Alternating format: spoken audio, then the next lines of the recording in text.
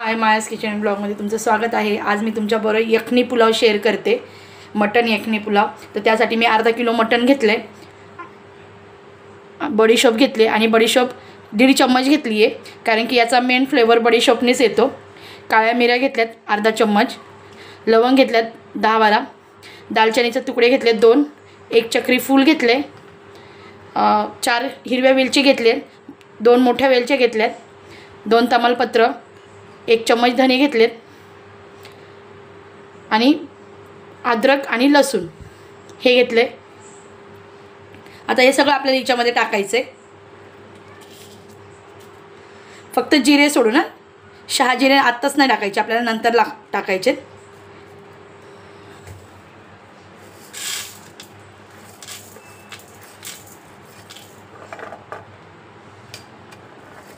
अद्रक थोडी ठेचून टाकायची, ज्या अद्रकचा फ्लेवर उतरला पाहिजे।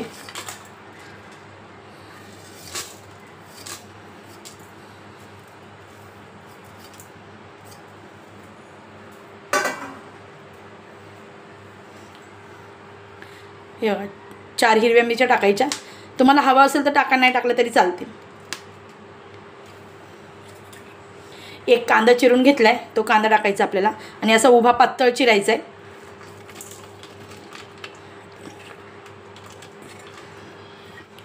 हे पहा, ह्या प्रकारे असं अद्रक चेचून टाकायचं। एवढा अद्रकचा तुकडा घेतलाय मी। आता आपण याच्यात दही टाकूया। पाहू शकता 1 चम्मच मी दही घेतले, मोठा चम्मच, 1 आणि थोडीशी टाकली परत।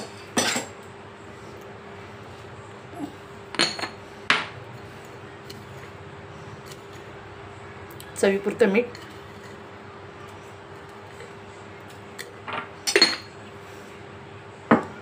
आणि आता हे आपल्याला छानपैकी असं मिक्स करायचं हाताने।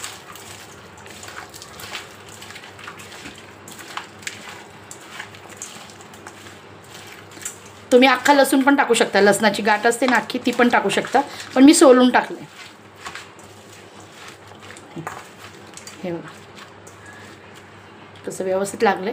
आता आपण याला 5 ते 10 मिनटं मुरवायला ठेवूया,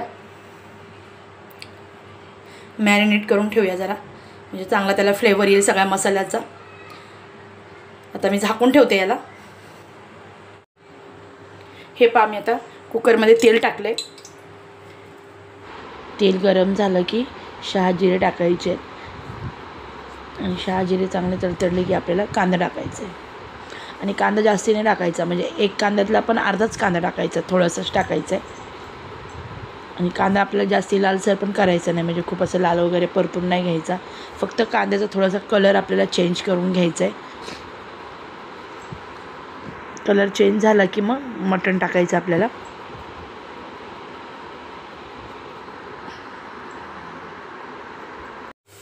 हे पहा, आपल्या कांद्याचा कलर चेंज झाला आहे। जे मटण आपण मॅरिनेट केलेलं त्यात सगळं याच्यात टाकूया।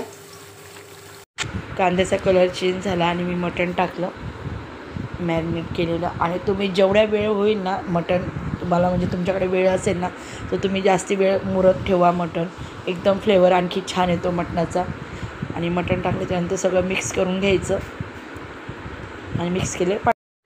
मी मटणामध्ये पाणी टाकले, आणि पाणी नेहमी थोडं जास्तच टाकायचं मटणामध्ये।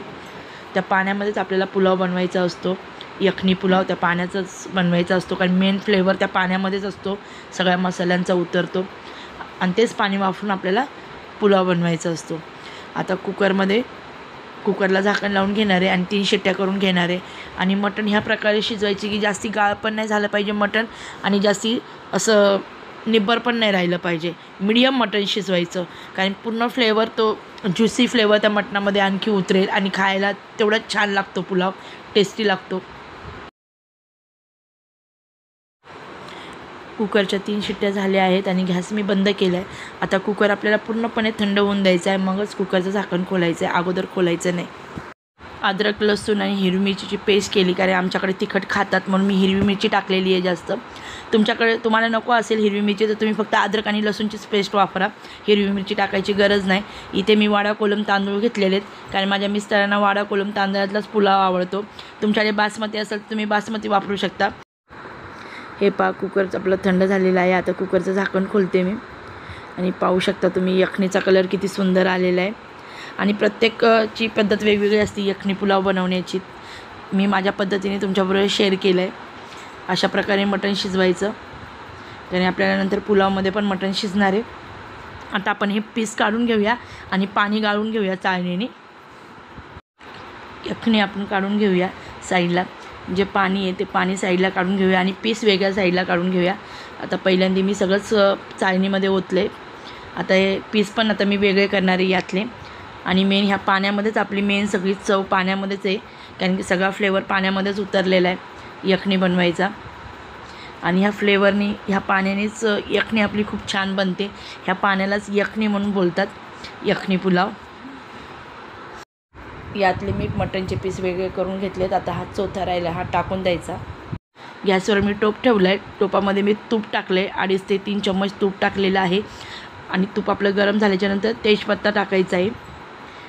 आणि तेजपत्ता चांगला लालसर झाल्याच्यानंतर अर्धा चम्मच शहाजिरे घेतले आणि शहाजिरे वापरा तुम्ही. शहाजिरे टाकलेत अर्धा चम्मच. शहाजिरे पण चांगले तडतडले की मग आपल्याला कांदा टाकायचा आहे. आणि आपण अर्धाच कांदा टाकला आहे, एक कांद्यातला अर्धा. अगोदर आपण अर्धा वापरला ना, आता अर्धा वापरला. जास्ती कांदा वापरायचा नाही आहे फोडणीला. आणि हा कांदा लालसर झाला की चांगला लालसर करून घ्यायचा आहे परतून. त्यानंतर अद्रक लसूण आणि हिरवी मिरचीची पेस्ट टाकली. ही पेस्ट पण छानपैकी परतून घ्यायची आहे, त्याचा कच्चा फ्लेवर पूर्ण जाऊन द्यायचा आहे. आता पेस्ट चांगली परतली आपली. पाहू शकता तुम्ही आपले अद्रक लसूण हिरवी मिरचीची पेस्ट चांगली परतली गेली आहे.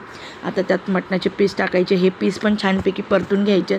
आणि मी अर्धा किलो मटणाला अर्धा किलोच तांदूळ घेतलेत, हेच प्रमाण वापरायचं सेम. इथे मी तांदूळ धुवून घेतले स्वच्छ 2 ते 3 पाण्याने. आता तांदूळ टाकून घेऊया.